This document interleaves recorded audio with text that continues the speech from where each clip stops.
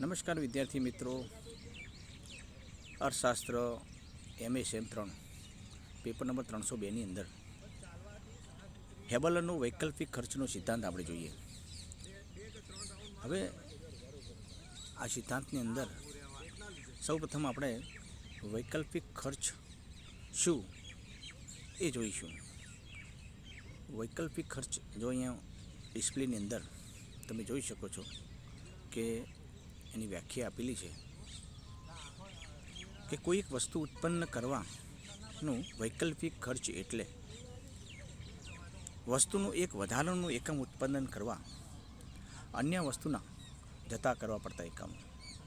આપણે થોડી સમય માટે ડિસ્પ્લેને બંધ કરી દઈશું જેથી વિડીયોની અંદર વધારે મજા આવશે.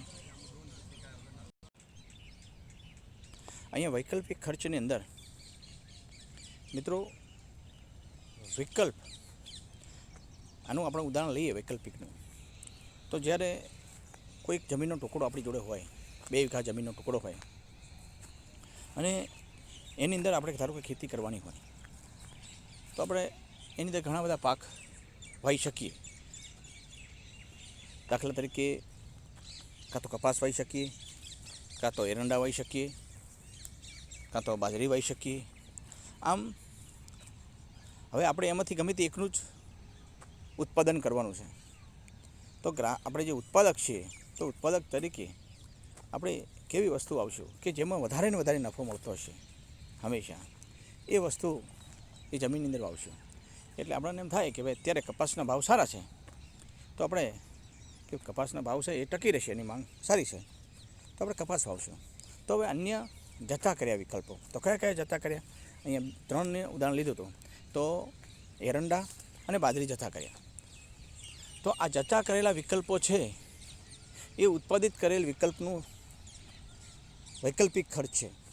એમાં હજુ વધારે નજીક જવું હોય તો જતા કરેલા વિકલ્પોમાં જે શ્રેષ્ઠ વિકલ્પ છે, તો જતા કરેલા કયા વિકલ્પો? તો ચોક્કસથી તમને ખ્યાલ આવવો જોઈએ કે જતા કરેલા 2 વિકલ્પો, એક તો એરંડા અને બીજું બાજરી. તો અહીંયા બંનેમાં શ્રેષ્ઠ કયો, બંનેમાં વધુ આવક આપતો વિકલ્પ કયો? બંનેમાંથી પહેલી પસંદગી આપણે શેની કરશું? તમે ચોક્કસથી કહેશો કે બાજરી કરતાં એરંડાની અંદર વધુ નફો રહેતો હોય છે. તો એરંડા છે એ બંનેમાં શ્રેષ્ઠ વિકલ્પ છે. અહીંયા જતા કરેલા 2 વિકલ્પો અત્યારે છે, કોઈક વાર 3 હોય, 4 હોય, 5 હોય, તો એની અંદર જે શ્રેષ્ઠ વિકલ્પ છે એ શ્રેષ્ઠ વિકલ્પ, તો અહીંયા એરંડા શ્રેષ્ઠ વિકલ્પ છે. એરંડા છે એ ઉત્પાદિત કરેલ કપાસનો વૈકલ્પિક ખર્ચ છે મિત્રો, કપાસનું વૈકલ્પિક ખર્ચ છે. એટલે હવે તમને અહીંયા ચોક્કસથી ખ્યાલ આવી ગયો છે કે કોઈ એક વસ્તુનું જ્યારે આપણે ઉત્પાદન કરીએ છીએ ત્યારે અન્ય વસ્તુના વિકલ્પો જતા કર્યા છીએ. તો જતા કરેલા વિકલ્પોમાંથી શ્રેષ્ઠ વિકલ્પ છે એ ઉત્પાદિત કરેલ વિકલ્પનું વૈકલ્પિક ખર્ચ છે. આવું તમે FIBAની અંદર પણ ભણ્યા હશો, જેની અંદર પણ આવે છે અને બહુ ઇઝી છે, સરળ છે. હવે નીચે જઈએ આપણે કે ઉત્પાદન શક્યતા રેખાઓનો ઢાળ અને વૈકલ્પિક ખર્ચ. જે દેશ માટે ઉત્પાદનના જે બિંદુએ ઉત્પાદન શક્યતા રેખાનો ઢાળ તીવ્ર હોય, દેશમાં X વસ્તુનું એક વધારાનું એકમ મેળવવા માટે Y વસ્તુના અનેક ઘણા એકમો ગુમાવવા પડે છે. અહીંયા ચોક્કસથી તમારે સમજવું જોઈએ કે ઉત્પાદન શક્યતા રેખાઓ, ધારો કે આપણે એક સામાન્ય ઉદાહરણ લઈએ, અહીંયા ડિસ્પ્લે પર થોડું દોરી નાખીએ, તમને ચોક્કસથી સમજાય કે જો ઢાળ તીવ્ર હોય તો આ ઢાળ તીવ્ર છે ઉત્પાદન શક્યતા રેખાનો. તમે જોઈ શકો છો અહીંયા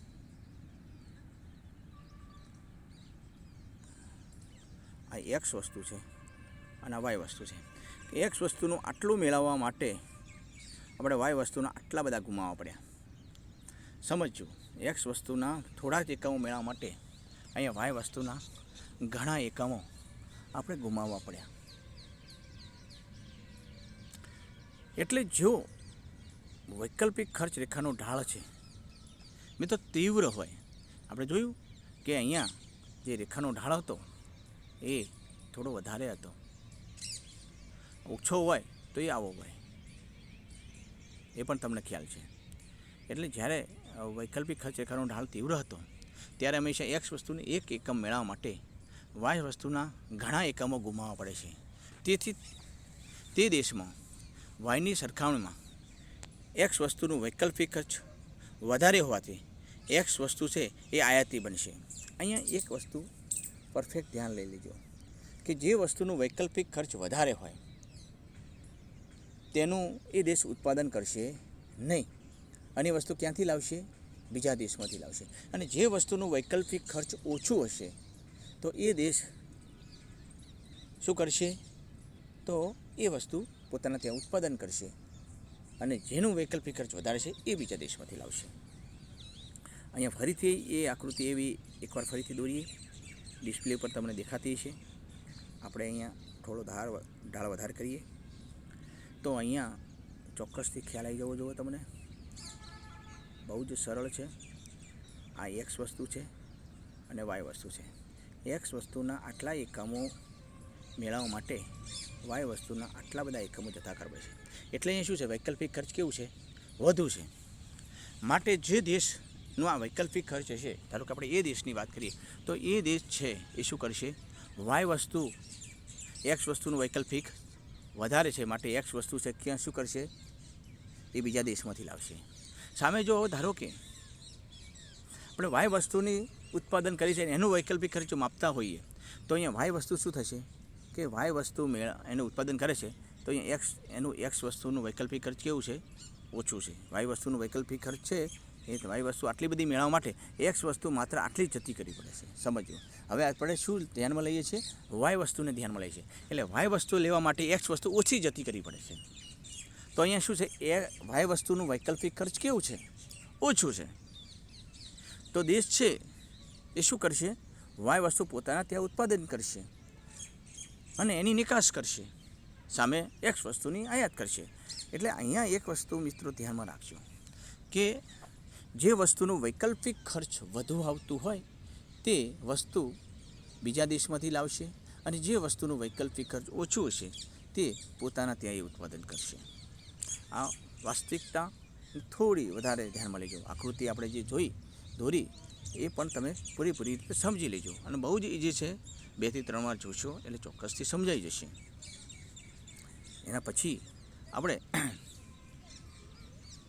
તેથી વિરુદ્ધના કિસ્સામાં જે ઉત્પાદનના જે બિંદુએ ઉત્પાદન શક્યતા રેખાનો ઢાળ ઓછો હોય તે દેશમાં એક્સ વસ્તુનું વૈકલ્પિક ખર્ચ ઓછું હોવાથી એક્સ વસ્તુ એ નિકાસી વસ્તુ બનશે. હવે ઢાળ ઓછાવાળી એક આકૃતિ આપણે દોરી નાખીએ એટલે તમને કોઈ તકલીફ ન પડે.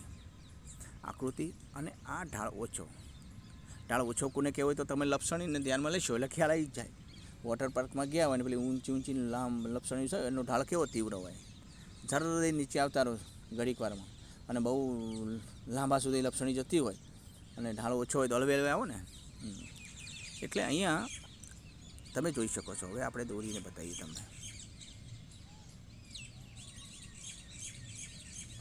અહીંયા જુઓ, આ એક્સ વસ્તુ અને આ વાય વસ્તુ. જ્યારે ઢાળ ઓછો છે ત્યારે એક્સ વસ્તુ આટલી બધી મેળવવા માટે માત્ર વાય આટલા જ ગુમાવવા પડે છે.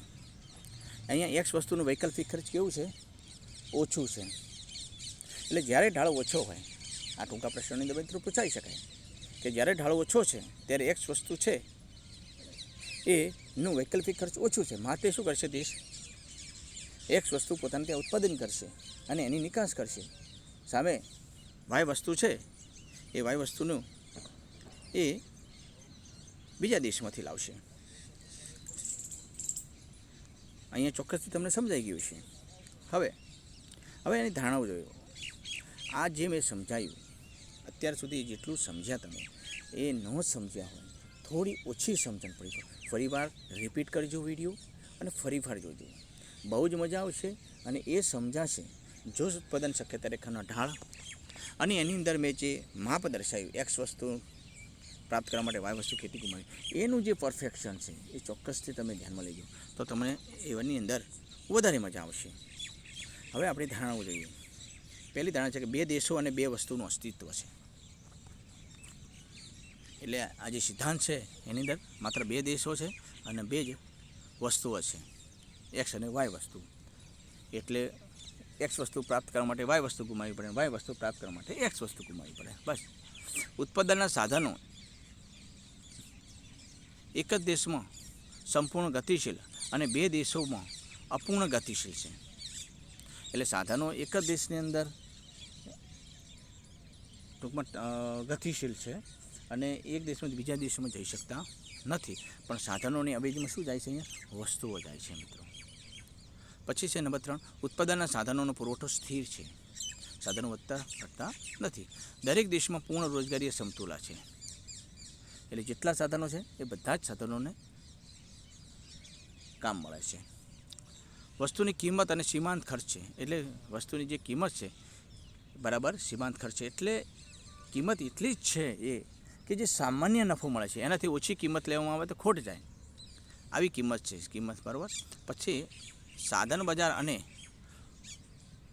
વસ્તુ બજારમાં પૂર્ણ હરીફાઈ છે. વાહન વ્યવહાર ખર્ચ શૂન્ય છે. ધ્યાન રાખજો, એક દેશમાંથી બીજા દેશમાં વસ્તુ મેળવવા માટે ખર્ચ થતો નથી.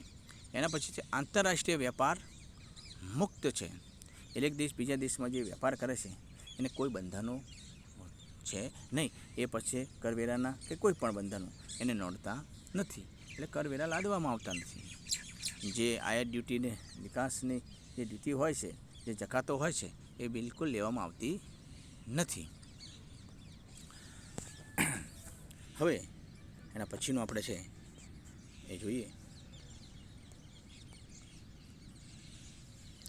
સિદ્ધાંતની સમજૂતી. એમાં પહેલું જે છે એ સ્થિર ખર્ચ, સમાન વૈકલ્પિક ખર્ચ. સ્થિર ખર્ચ એટલે કે અહીંયા જે ઉત્પાદન શક્યતા રેખાઓ દોરી છે એ 45 અંશના ખૂણે દોરેલી સીધી જ છે.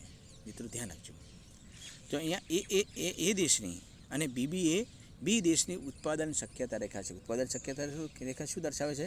એ બંને સાધનોનો ઉપયોગ કરવાથી કેટલું વધારે કેટલું ઉત્પાદન કરી શકાય છે એની શક્યતા દર્શાવે છે. એટલે અહીંયા આ બંને રેખાઓ જુઓ તમે, એ દેશને બંનેની રેખાઓનો ઢાળ સરખો જ છે. એટલે એવું કહેવાય કે ઢાળ સરખો હોય તો સમાન વૈકલ્પિક ખર્ચ છે. અને 45 અંશના ખૂણે દોરેલી છે એ સીધી માટે સ્થિર ખર્ચ છે. અને સમાન છે એટલે કે બંને રેખાઓનો ઢાળ એક સરખો છે. આથી વેપાર શક્ય નથી. કારણ કે બંને દેશોને જ્યારે આ વસ્તુ પણ ધ્યાનમાં લેવી જોઈએ કે શા માટે વેપાર શક્ય નથી. કારણ કે જ્યારે વૈકલ્પિક ખર્ચ ઓછું બંને દેશોને સરખું જ આવતું હોય કે એક વસ્તુ જેટલી મેળવીએ છે એટલી સામે વાય વસ્તુ ગુમાવે છે. એક વસ્તુ જેટલી મેળવે છે સામે વાય વસ્તુ એટલી ગુમાવે છે. આથી જો વધારે કે ઓછી ગુમાવતો હોય તો દેશને નફો અને નુકસાનની પરિસ્થિતિ સર્જાતી હોય. પરંતુ બંને દેશોની અંદર આવી પરિસ્થિતિ છે કે જેટલા એક્સ વસ્તુ પ્રાપ્ત મેળવે છે એટલી વાય વસ્તુ ગુમાવે છે અને જેટલી વાય વસ્તુ મેળવે છે એટલી જ એક્સ વસ્તુ સામે ગુમાવે છે. આથી એ બીજા દેશની અંદર એ ધારો કે એ દેશ છે એ બી દેશની અંદર વેપાર કરે તો એને કોઈ ફેરફાર ન થાય. કારણ કે બી દેશને અને પણ એ વૈકલ્પિક ખર્ચ કેવું છે? સરખું જ છે. આથી એને લાભ એ દેશને બી દેશ સાથે વેપાર કરવાથી કોઈ લાભ પ્રાપ્ત થતો નથી. કારણ કે અહીંયા વૈકલ્પિક ખર્ચ હંમેશા સરખું છે. એટલે જ્યારે પણ વૈકલ્પિક ખર્ચ સરખું હોય ત્યારે વેપાર શક્ય બનતો નથી. એટલે અહીંયા એક વસ્તુ ધ્યાન રાખજો, ટૂંકો પ્રશ્ન પૂછી શકાય કે સ્થિર સમાન વૈકલ્પિક ખર્ચની અંદર શું વેપાર એક દેશ બીજા દેશ જોડે વચ્ચે વેપાર શક્ય છે? તો નથી. એ પણ ધ્યાનમાં લેવું જોઈએ. હવે આવે છે એના પછીનું આપણે જોઈએ સ્થિર ખર્ચ તો ખરું પણ નિરપેક્ષ વૈકલ્પિક ખર્ચ સંપૂર્ણ વિશેષીકરણ છે. અહીંયા વિશેષીકરણને પણ સમજવું પડશે. આગળ સમજ્યા છો વિડીયોની અંદર. સ્થિર ખર્ચ તમે જુઓ કે જે રેખાઓ છે A1 અને B રેખા એ સીધી રેખાઓ છે. ઘણીવાર એવું બનશે આગળ જતાં એ વધતા જતા અને ઘટતા જતાં ઉત્પાદન શક્યતા રેખાઓનો ઢાળ છે એ અંતર્ગોળ અને બહિર્ગોળ અલગ અલગ હશે. પણ અહીંયા છે સીધી છે એટલે સ્થિર ખર્ચ છે. અને નિરપેક્ષ વૈકલ્પિક ખર્ચ તમે સૌપ્રથમ જે સિદ્ધાંત ભણ્યા એડમ સ્મિથનો નિરપેક્ષ વૈકલ્પિક ખર્ચનો સિદ્ધાંત, એ સિદ્ધાંત જ અહીંયા ઉપયોગી છે મિત્રો. એ સિદ્ધાંત જો સમજ્યા છો તો અહીંયા તરત સમજાઈ જશે કે એક દેશ એક વસ્તુની અંદર ઉત્પાદનમાં ખર્ચ લાભ ધરાવતો હોય અને બીજો દેશ બીજી વસ્તુની અંદર ઉત્પાદનમાં ખર્ચ લાભ ધરાવતો હોય તો સ્વાભાવિક છે કે જે દેશ જેમાં લાભ છે એનું ઉત્પાદન કરશે અને બીજી વસ્તુ જેમાં ગેરલાભ છે એ બીજા દેશમાંથી લાવશે. તો સરવાળે બંને દેશો છે એ વેપારમાં ફાયદો થશે અને આંતરરાષ્ટ્રીય ઉત્પાદન વધશે. આવું તમે સમજ્યા હતા. જો અહીંયા સમજણ ન પડી હોય તો ફરીથી એ સિદ્ધાંત જે આપણે યુટ્યુબ પર મૂકેલો છે એને જોજો. બહુ જ સરળ છે અને એ સમજાશે તો અહીંયા તમને તત્કાલિક સમજાઈ જશે. અહીંયા આપણે હવે રેખાઓ જોઈએ કે એ દેશની એ વન ઉત્પાદન શક્યતાનું ઢાળ એ બી દેશની આપણે તમને ઢાળનું સમજ્યા હતા એ સમજણને અહીંયા ઉપયોગ કરવાની છે કે દેશનો ઢાળ વધારે હોય તો કઈ વસ્તુ અને ઢાળ ઓછો હોય તો કઈ વસ્તુ છે એનું વૈકલ્પિક ખર્ચ વધારે ઓછું હશે એ તમને ચોક્કસથી સમજાઈ ગયું હશે એ સમયે. એટલે એનો ઉપયોગ કરીને અહીંયા સમજો કે બી દેશની BB1 રેખા કરતાં વધારે છે. એટલે કોનો ઢાળ વધારે છે જુઓ તમે. એનો ઢાળ વધારે છે અને BB1નો ઢાળ કેવો છે? ઓછો છે. હવે એનો ઢાળ વધારે છે શું થાય? X વસ્તુનું વૈકલ્પિક ખર્ચ કેવું છે? વધારે છે. સામે Y વસ્તુનું જ્યારે આપણે AA1 રેખાની વાત કરીએ છીએ એની ત્યારે AA1ની વાત કરતા હોય ત્યારે સમજો મિત્રો તમે આપણે આમ સમજ્યા હતા બરાબર. તો X વસ્તુ મેળવવા માટે Y વસ્તુ વધારે ગુમાવવી પડતી હતી. એટલે અહીંયા કહેવાય કે X વસ્તુનું વૈકલ્પિક ખર્ચ કેવું હતું? વધારે હતું.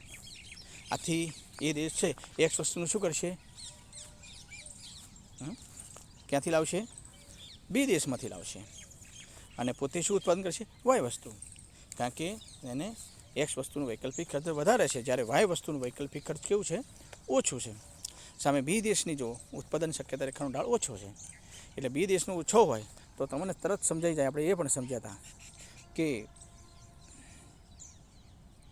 શું કરશે? X વસ્તુ માટે Y વસ્તુ કેવા છે? ઓછા ગુમાવવા પડે છે. અહીંયા તમને તરત સમજાઈ જાય. X વસ્તુના આટલા બધા મેળવવા માટે Y વસ્તુના ઓછા એકમો ગુમાવવા પડે છે. તો અહીંયા ચોક્કસથી શું થાય કે વૈકલ્પિક ખર્ચ કેવું છે? X વસ્તુનું ઓછું. તો એ દેશ છે એ X વસ્તુનું ઉત્પાદન કરશે અને Y વસ્તુ શું કરશે? એ બી એ દેશમાંથી લાવશે. એટલે ચોક્કસથી તમને ખ્યાલ આવી ગયો કે કયો દેશ શેનું ઉત્પાદન કરશે.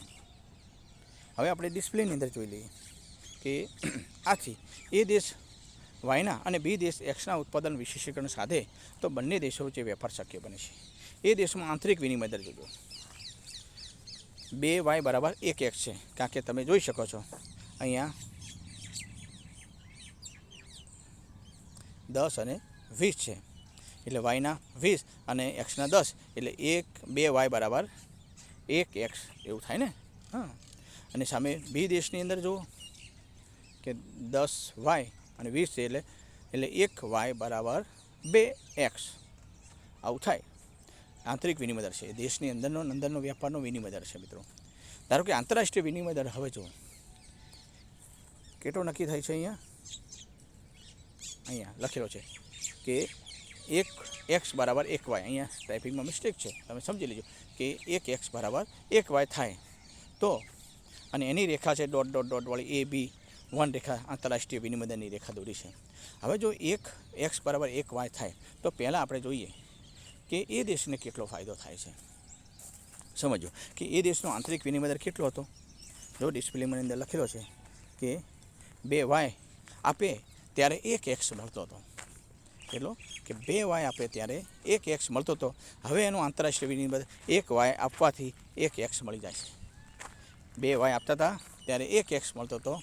હવે 1y આપવાથી 1x મળી જાય છે મિત્રો. આથી તેને 1yની બચત થઈ. એવી રીતે બી દેશ 2x આપતા હતા ત્યારે 1y મળતો હતો. હવે એને 1x આપવાથી 1y મળી જાય છે. બંને દેશોને એકની બચત થાય છે. એ દેશને 1yની બચત થાય છે, બી દેશને 1xની બચત થાય છે. એટલે અહીંયા એ દેશ એ બિંદુએ ઉત્પાદન કરી Y વસ્તુના ઉત્પાદનમાં બી દેશ છે એ B1 બિંદુએ ઉત્પાદન કરી X વસ્તુના ઉત્પાદનમાં સંપૂર્ણ વિશેષીકરણ સાથે છે. અહીંયા સંપૂર્ણ વિશેષીકરણ એટલે એ છે માત્ર એક દેશ એક જ વસ્તુનું ઉત્પાદન કરશે. પોતાના તમામ સાધનો માત્ર એક જ વસ્તુના ઉત્પાદન પાછળ રોકશે. તો અહીંયા એવું કહેવાય કે એને સંપૂર્ણ વિશેષીકરણ કરી કહેવાય. આ પૂર્ણ વિશેષીકરણ કોને કહેવાય? કે એક દેશ એક વસ્તુનું વધારે ઉત્પાદન કરતો અને બીજી વસ્તુનું થોડા પ્રમાણમાં જો ઉત્પાદન કરે તો એને કહેવાય અપૂર્ણ વિશેષીકરણ.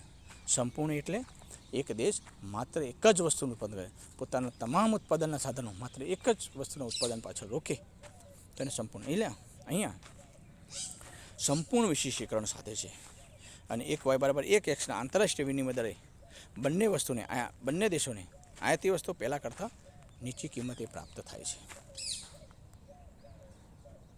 હવે આવે છે સ્થિર ખર્ચમાં તુલનાત્મક વૈકલ્પિક ખર્ચ તફાવત. રિકાર્ડોનો જે સિદ્ધાંત હતો એ તમે અહીંયા ઉપયોગી છે અને એ જો સમજ્યા છો તો ચોક્કસથી અહીંયા તમને સમજાઈ જશે. અહીંયા અપૂર્ણ વિશેષીકરણ છે એટલે તમારે એ પણ ધ્યાનમાં કે ભાઈ પ્રશ્ન કોઈ વાર પૂછાય કે એડમ સ્મિથના સિદ્ધાંતની અંદર કેવું વિશેષીકરણ થાય છે, સંપૂર્ણ અપૂર્ણ?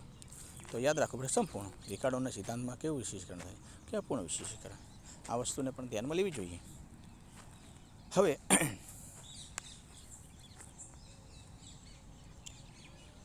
એ દેશમાં ઉત્પાદનનું પ્રમાણ 50y બરાબર 50x છે, જોઈ લેજો. અને બી દેશમાં 25y બરાબર 50x છે.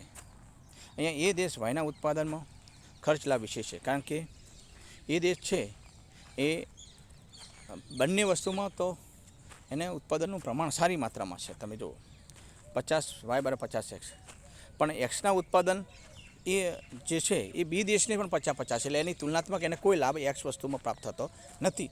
જ્યારે વાયની અંદર તુલનાત્મક લાભ છે. વાયમાં છે બી દેશ માત્ર 25નું ઉત્પાદન કરે છે અને એક્સ છે 50નું ઉત્પાદન કરે છે, માટે ડબલ ઉત્પાદન કરે છે. તો ડબલ લાભ થયો ને મિત્રો. એટલા માટે અહીંયા એ દેશને વાયના ઉત્પાદનમાં વિશેષ લાભ છે અને બી દેશને એક્સના ઉત્પાદનમાં તુલનાત્મક રીતે ઓછો વૈકલ્પિક ખર્ચ ગેરલાભ છે. એટલે બી દેશની વાત કરીએ તો બી દેશ એક્સનું ઉત્પાદન છે એની અંદર વાય વસ્તુ એટલે એ દેશ જેટલું જ ઉત્પાદન કરે છે 50-50, જ્યારે વાય વસ્તુમાં છે એને એ દેશ કરતાં અડધું ઉત્પાદન કરી શકે. એટલે વધારે અડધું એટલે ડબલ ગેરલાભ થયો ને.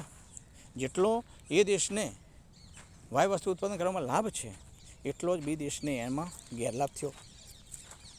તો અહીંયા શું થશે? ગેરલાભ ઓછો શેમાં છે? તો આપણે ચોક્કસથી કહી શકીએ કે એક્સ વસ્તુના ઉત્પાદનમાં. તો બી દેશ એક્સના ઉત્પાદનમાં એ વિશેષીકરણ કરશે. એ બી વન રેખાનો ઢાળ BB1 રેખાના કરતાં વધુ છે. હવે ઢાળમાં તમને સમજાવી દીધા હતા એટલે એની અંદર વધારે જવાની જરૂર નથી. તેથી એ દેશ વાયના ઉત્પાદનમાં ઢાળ એ દેશને વાયના ઉત્પાદનમાં અને બી દેશને એક્સના ઉત્પાદનનું વિશેષીકરણ કરે તો બંને દેશો વચ્ચે વેપાર શક્ય બને છે. આપણે જેટલો ઢાળ વધારે હતો એટલું એક્સ વસ્તુની જગ્યાએ વાય વસ્તુ આપણે આ થોડું સમજ્યા હતા. પણ અહીંયા તમે જોઈ લેજો, અહીંયા BAB1 રેખાનો ઢાળ BB1 રેખા કરતાં વધુ છે. આથી એ દેશ વાયના ઉત્પાદનમાં અને બી દેશ એક્સના ઉત્પાદનમાં વિશેષીકરણ સાથે. તો આગળ આપણે જે સમજ્યા હતા એ રીતે જ સમજો મિત્રો કે જો ઢાળ વધુ હોય તો એક્સની જગ્યાએ વાયનું, અને જો ઢાળ ઓછો હોય તો વાયની જગ્યાએ એક્સનું ઉત્પાદન કરશે. હવે આંતરિક વિનિમય દર એ દેશમાં 1y બરાબર 1x અને બી દેશમાં 1y બરાબર 2x છે. તમે જોઈ શકો છો 25y બરાબર 50x છે બી દેશની અંદર, માટે 1y બરાબર 2x કહ્યું છે. એ તમે ચોક્કસથી ધ્યાન લેજો. અહીંયા જુઓ, ધારો કે આંતરરાષ્ટ્રીય વિનિમય દર. હવે આંતરરાષ્ટ્રીય વિનિમય દર કયો નક્કી થાય? તો કે 1y બરાબર 0.33x એટલે 1.33x નક્કી થાય તો બંને દેશોને લાભ થાય છે. કારણ કે પહેલાં વાત કરીએ કે એ દેશને કેટલો લાભ થાય છે. એ દેશની અંદર વિનિમય દર કેટલો હતો? 1y બરાબર 1x હતો. અહીંયા આંતરરાષ્ટ્રીય વિનિમય દર કેટલો નક્કી થયો? 1y બરાબર 1.33x. એટલે પહેલાં 1yની જગ્યાએ એ દેશને 1x જ મળતો હતો, હવે 1.33x મળે છે, માટે 0.33x વધારે મળ્યા. આંતરરાષ્ટ્રીય વિનિમય દરમાં ફાયદો થયો 0.33xનો. બી દેશની વાત કરીએ, બી દેશ 2x આપતા હતા ત્યારે 1y મળતો હતો. સમજો, 2x આપતા હતા, આનો આંતરિક વિનિમય દર છે તમે જોયો, 2x આપતા ત્યારે 1y મળતો હતો. હવે 2xની જગ્યાએ માત્ર 1.33x આપવાથી જ 1y મળી જાય છે. એટલે અહીંયા એને પણ ફાયદો 0.67નો એ બચત થઈ જશે મિત્રો એક્સની. તો અહીંયા બંને દેશોને ફાયદો થાય છે. આથી અહીં DB1 રેખાએ અપૂર્ણ વિશેષીકરણ ની જગ્યાએ અપૂર્ણ વિશેષીકરણ એટલે સંપૂર્ણ વિશેષીકરણની જગ્યાએ અપૂર્ણ વિશેષીકરણ એફ બિંદુએ તમે જોઈ શકો છો આકૃતિની અંદર થાય છે અને બંને દેશો વેપાર કરશે. હવે વધતું જતું વૈકલ્પિક ખર્ચ. હવે એક વસ્તુ યાદ રાખજો, અહીંયા જે ઉત્પાદન શક્યતા રેખાઓનો ઢાળ થોડો બદલાઈ ગયો છે. વધતા જતા વૈકલ્પિક ખર્ચની અંદર ઉત્પાદન શક્યતા રેખાઓનો ઢાળ અંતર્ગોળ છે. આગળ આવશે ઘટતા જતા વૈકલ્પિક ખર્ચ, તો એની અંદર ઉત્પાદન શક્યતા રેખાનો ઢાળ છે એ તમે જોશો તો બહિર્ગોળ હશે. આ વસ્તુ પણ ચોક્કસથી ધ્યાનમાં લેજો. અહીંયા હવે જ્યારે વાત કરીએ કે વધતું જતું વૈકલ્પિક ખર્ચ એટલે શું?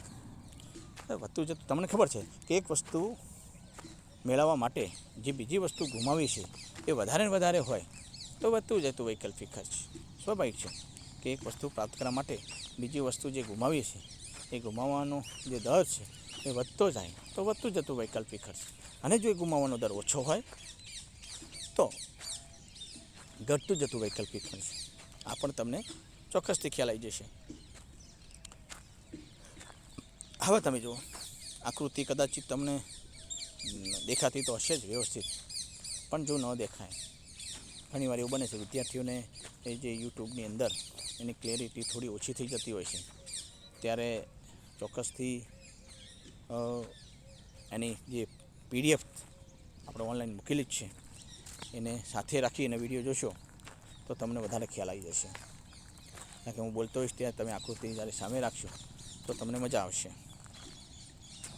કે એ દેશમાં પહેલું લખ્યું છે અહીંયા, એ દેશમાં એ બિંદુએ જો અહીંયા એ બિંદુ, કારણ કે A1 એ દેશની એ ઉત્પાદન શક્યતા રેખા છે. અને ક્યાં આંતરિક માંગ અને ઉત્પાદન બિંદુ છે? એ બિંદુ છે જ્યાં કઈ કઈ રેખાઓ સ્પર્શ કરશે એ પણ જોજો. CD જો અહીંયા C અને D પણ આપેલી છે જે વૈકલ્પિક ખર્ચ રેખા બને છે. અને તટસ્થ રેખા જો એનો નંબર છે I1, તો એ બિંદુએ છેદે છે એ ઉત્પાદન શક્યતા રેખા, વૈકલ્પિક ખર્ચ રેખા અને તટસ્થ રેખા એકબીજાને છેદે છે. અને એ બિંદુએ છે એ દેશનું આંતરિક માંગ અને ઉત્પાદન બિંદુ છે. એ દેશમાં હવે એ જો નીચે કે એ દેશમાં વાયના 80 એકમ અને એક્સના 20 એકમનું ઉત્પાદન કરે છે. માટે અહીંયા તમે આમ કરીને આમ જોઈ લો, અહીંયા 20 હોય અને અહીંયા 80 હોય, આવી રીતની વાત છે. એટલે અહીંયા એ દેશ એક્સના 80 અને વાયના 80 અને એક્સના 20 એકમનું ઉત્પાદન કરે છે. તો આંતરિક વિનિમય કેટલો થયો મિત્રો? 80 બરાબર 20 એટલે 20 એટલે કેટલા થાય? 4 બરાબર 1 એટલે 4 બરાબર 1 થાય ને. 20 ચોક 80 એટલે 4, 20 એકા 20 એટલે ટૂંકમાં આ રીતનો તમને કઈ રીતે વિનિમય નક્કી થાય એ પણ આગળ શીખવાડેલો છે, એટલે ચોક્કસથી તમે સમજ્યા છો. એટલે અહીંયા એ દેશની અંદર તમે જો આંતરિક વિનિમય કેટલો છે? 4 બરાબર 1 છે, જે આંતરિક વૈકલ્પિક ખર્ચ પણ છે. એટલે 1x માટે 4y અને 4y માટે 1x એવું ખર્ચ બને. આપણે એ પણ રીતે કહી શકાય. તેવી રીતે જો બે દેશમાં તમે આપણે બે દેશની વાત કરીએ, બે દેશમાં H બિંદુએ અહીંયા H બિંદુએ FG રેખા વૈકલ્પિક ખર્ચ રેખા બને છે. એ જે FG રેખા છે એ વૈકલ્પિક ખર્ચ રેખા બને છે. અને BB1 શું છે? BB1 છે એની ઉત્પાદન શક્યતા રેખા મિત્રો છે. અહીંયા જો આપેલી જ છે BB1. બે દેશ હવે અહીંયા ધ્યાન લઈએ તો અહીંયા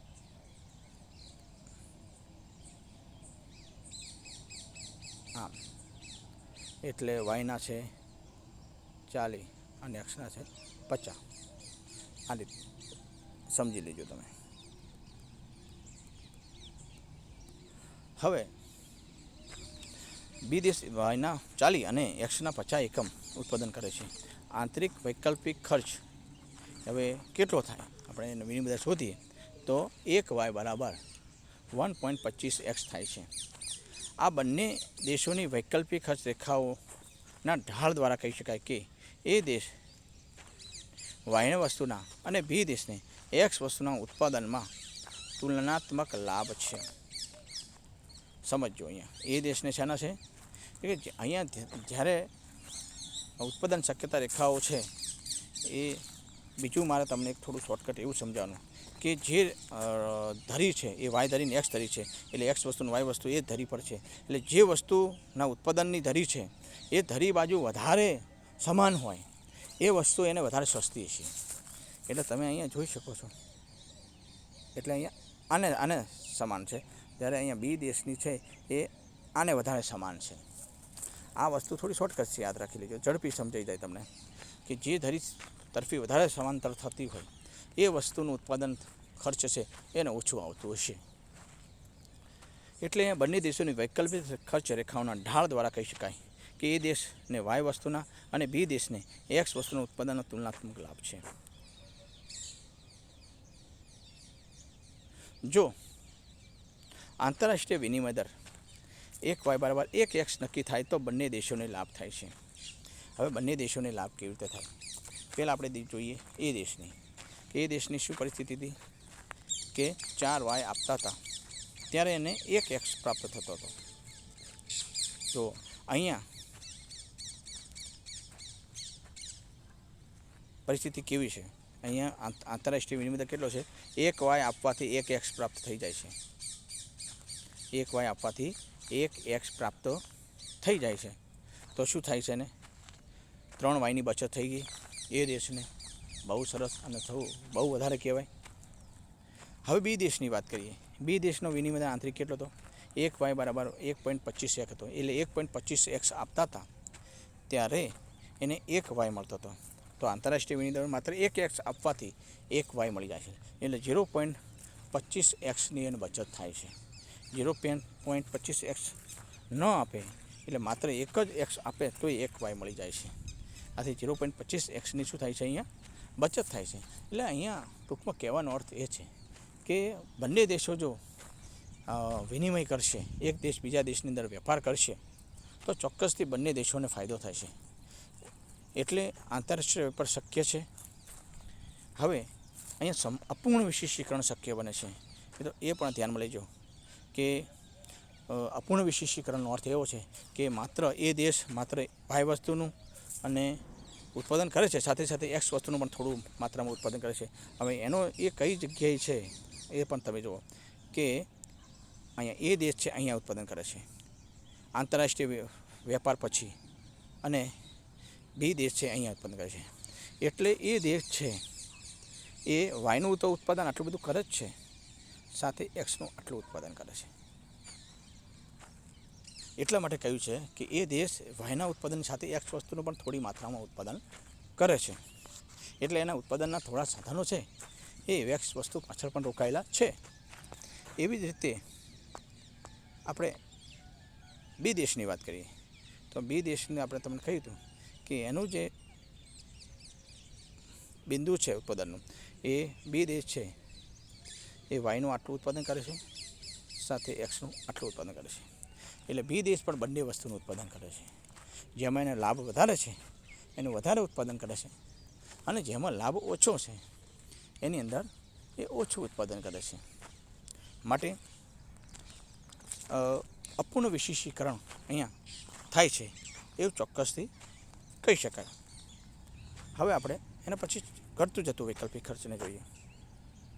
આપણે આગળ જોયું તો ઘટતું જતું એટલે વૈકલ્પિક એટલે એક વસ્તુનું ઉત્પાદન કરવા માટે એ જતા કરેલા વિકલ્પો છે એ ઓછા ને ઓછા હોય, ઓછા વિકલ્પો જતા કરવા પડતા હોય. તો શું કહીશું? ઘટતું જતું વૈકલ્પિક ખર્ચ. હવે અહીંયા જુઓ કે જ્યારે વૈકલ્પિક ખર્ચ ઘટતું હોય ત્યારે ઉત્પાદન શક્યતા રેખાઓનો ઢાળ કેવો છે? તો બહિર્ગોળ છે. મિત્રો ધ્યાન રાખજો કે ઉત્પાદન શક્યતા રેખાઓ બહિર્ગોળ આકાર ધરાવે છે.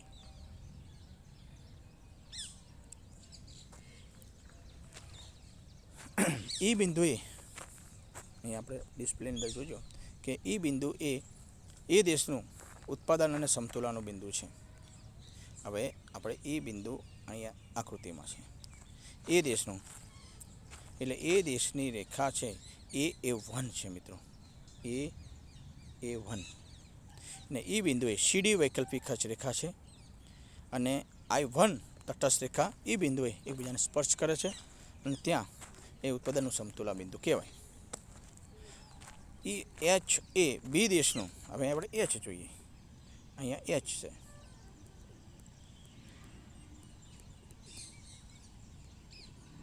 H એ બી દેશનું સમતુલા બિંદુ છે જેને FG વૈકલ્પિક ખર્ચ રેખા બને છે.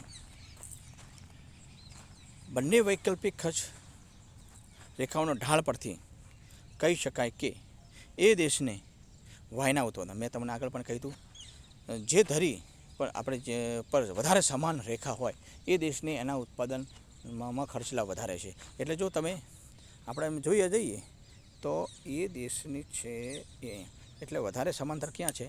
વાય વસ્તુ બાજુ. માટે એ દેશને આપણે શોર્ટકટ છે, આ સિમ્પલ રીતે તરત ખ્યાલ આવી જાય, બહુ વધારે પડતું આપણે એમાં જોવું ન પડે. એટલે એ દેશ છે એને વાયના ઉત્પાદનમાં, અને તમે જોશો કે બી દેશનું રેખા છે એનો ઢાળ આવો છે, એ ક્યાં સમાંતર છે? એક્સ વસ્તુ બાજુ સમાંતર છે. તો શું થશે? એક્સ વસ્તુનું એને લાભ વધારે છે. અહીં બંને વૈકલ્પિક ખર્ચ રેખાના ઢાળ પરથી કહી શકાય કે એ દેશને વાયના ઉત્પાદનમાં અને બી દેશને એક્સના ઉત્પાદનમાં તુલનાત્મક લાભ છે. ઘટતા ખર્ચ હેઠળ ઉત્પાદન થતું હોવાથી વેપાર પછી એ દેશને વાયના ઉત્પાદનમાં અને બી દેશને એક્સના ઉત્પાદનમાં સંપૂર્ણ વિશેષીકરણ કરશે. અહીંયા તમે ધ્યાન રાખજો કે જ્યારે વૈકલ્પિક ખર્ચ ઘટતું હોય ત્યારે સંપૂર્ણ વિશેષીકરણ શક્ય છે. એટલે એક દેશ માત્ર એક જ વસ્તુનું ઉત્પાદન કરશે. દેશ પોતાના બધા જ સાધનો એક જ વસ્તુના ઉત્પાદન રોકશે. અહીંયા એ દેશ છે વાયના ઉત્પાદનમાં પોતાના બધા સાધનો રોકે છે અને બી દેશ છે એક્સના ઉત્પાદનમાં સાધનો રોકે છે. હવે આ જે સંપૂર્ણ વિશેષીકરણનું આંતરરાષ્ટ્રીય જ્યારે વેપાર કરે છે ત્યારે જે ઉત્પાદનનું સમતુલા બિંદુ છે, તમે એ દેશનું તો અહીંયા એસ છે અને બી દેશનું ક્યાં છે? એ આર છે. એ પણ ચોક્કસથી તમારે જોવું જોઈએ. એટલે આંતરરાષ્ટ્રીય વિનિમય રેખા AB1 રેખા એ દેશની ઉત્પાદન શક્યતા A1 ને એ બિંદુએ અને બી દેશની ઉત્પાદન શક્યતા ને બી બિંદુએ સ્પર્શક બને છે. આથી એ દેશ સંપૂર્ણ વાય વસ્તુનું અને બી દેશ સંપૂર્ણ એક્સ વસ્તુનું ઉત્પાદન કરશે. જુદી જુદી તટસ્થ રેખાઓની સરખામણી કરવાથી પણ સમૃદ્ધિની ઊંચી સપાટી એ જાણી શકાય છે. અહીંયા વિદ્યાર્થી મિત્રો તમને